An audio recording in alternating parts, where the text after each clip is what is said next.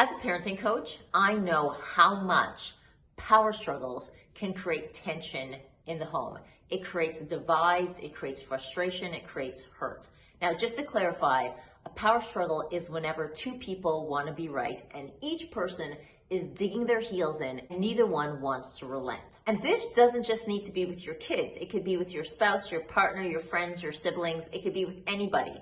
Now, if you were to interview my husband, he might say, Rhea, I don't know if you're an expert at dealing with power struggles with me. And he would be right, because something about my husband at times tends to trigger me more.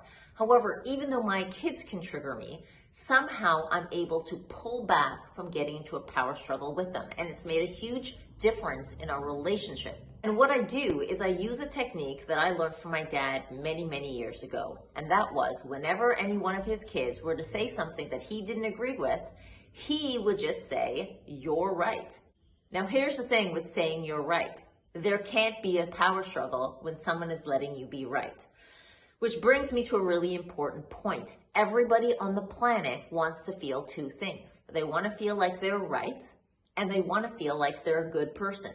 So that being said, my father tapped into something very important about human behavior. How do I let my child feel like they're right? And he would just say, "You're right." And there would be nothing to argue about. However, some of you might be thinking, well, what if you're not right? Why would you say you're right to your child if they're actually not? So this is where the ninja move came in. He would wait for the right time, the right moment when everybody's calm, and he would simply ask a question. And that would get us to think or get us to reflect on our own personal views, and then we'd have the opportunity to change our minds or be influenced by another point of view. Now, some of you out there might be thinking, I don't think I want to say you're right if I don't actually believe that my child is right, because that seems inauthentic. Well, in that case, use whatever other terminology you want to use. You might say, hey, that's a really good point. Let me think about it. Or, I never thought about it that way, but that makes sense.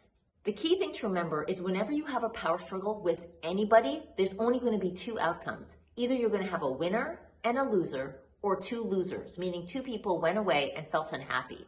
In which case, what have you won? Even if you did win, you won the battle, but you lost the war because your kid feels disconnected from you. So try this out. It's a game changer. And write in the comments if there's any situation where you feel you're in a power struggle and that technique wouldn't work, and I'll help show you how it can.